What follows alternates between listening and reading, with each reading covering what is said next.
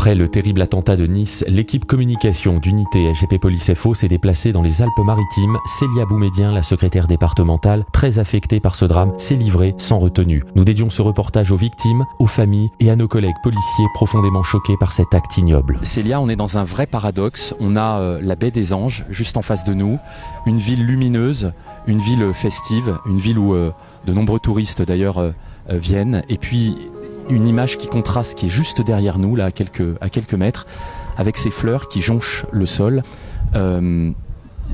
C'est assez étonnant, c'est une vision un petit peu surnaturelle. Tu es intervenu très rapidement, juste après l'attentat, et tu as reçu nos collègues. La première question qu'on a envie de te poser, c'est comment vont les primo-intervenants, et donc en l'occurrence les collègues qui sont intervenus en tout premier lieu? Les collègues vont très mal. Ils sont venus me voir à plusieurs reprises après l'attentat qui a eu lieu. Pour beaucoup, donc ils sont en lien direct avec le psychologue. Ils ne réalisent pas encore tout à fait tout ce qui s'est passé. Ils ont du mal à dormir. Il y en a un à qui je pense particulièrement qui mange plus, qui doit prendre des médicaments pour pouvoir dormir quelques heures parce qu'il est vraiment pas bien du tout.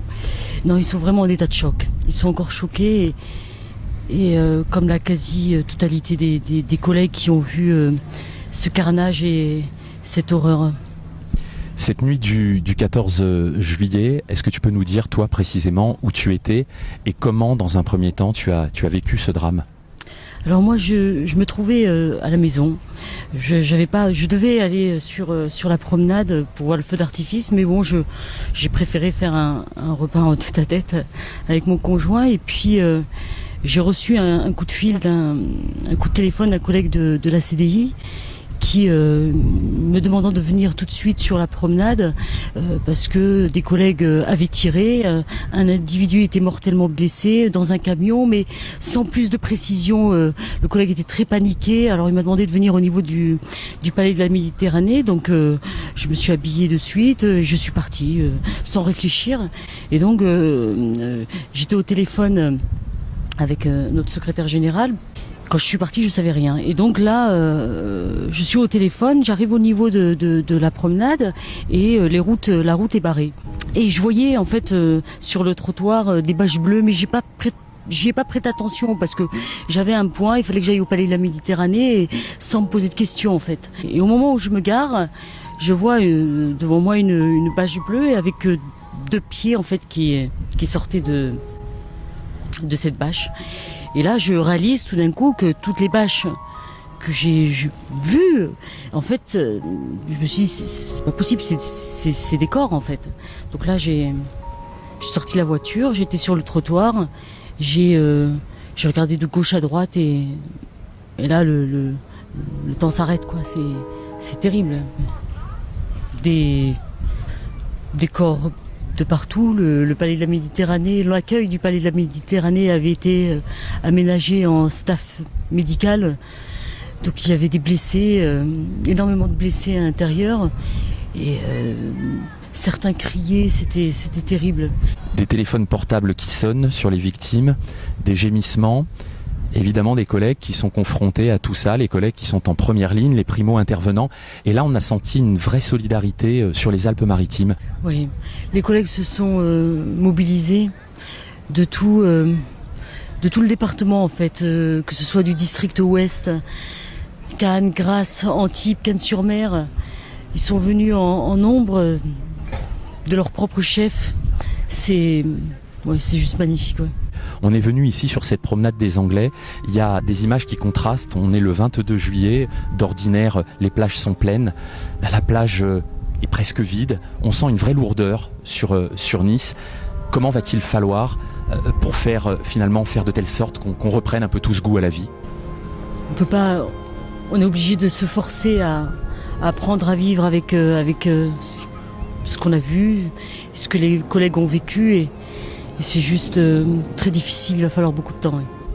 En tant que secrétaire départemental d'unité SGP Police FO 06, qu'est-ce que tu as tenter d'apporter dans un premier temps? Les premières idées qui viennent, c'est effectivement de réconforter les collègues? Tout à fait, oui, c'est de les réconforter, d'être à leur écoute et puis de les mettre très rapidement en relation directe avec un psychologue pour ceux qui sont les plus affectés et les plus touchés, en état de choc. Cela, j'ai essayé de faire en sorte de les mettre en relation très rapidement avec le psychologue de l'administration et voilà, c'est d'être à leur écoute tout simplement. De manière plus factuelle, vous avez rencontré donc hier le directeur général de la police nationale, je crois qu'il était accompagné, et qu'est-ce qui s'est dit lors de cette réunion?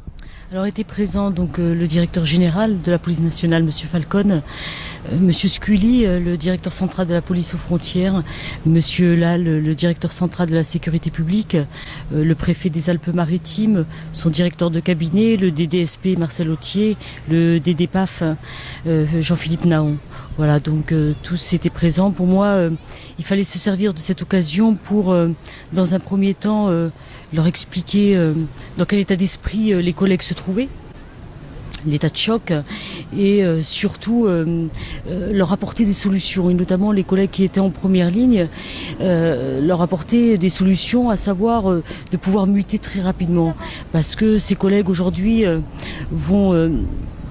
ne souhaitent plus rester pour certains d'entre eux, ne souhaitent plus rester sur ce département après le traumatisme vécu. Ils ont peur en plus, donc il fallait en urgence leur apporter une aide. Et cette aide passait par un article 25, une mutation rapide. Donc le directeur général a écouté nos revendications et nous a donné satisfaction en accordant effectivement la possibilité aux collègues qui le souhaitaient de pouvoir partir le plus rapidement possible. Nous lui avons demandé également d'être attentif et de faire le nécessaire en ce qui concerne les articles 36.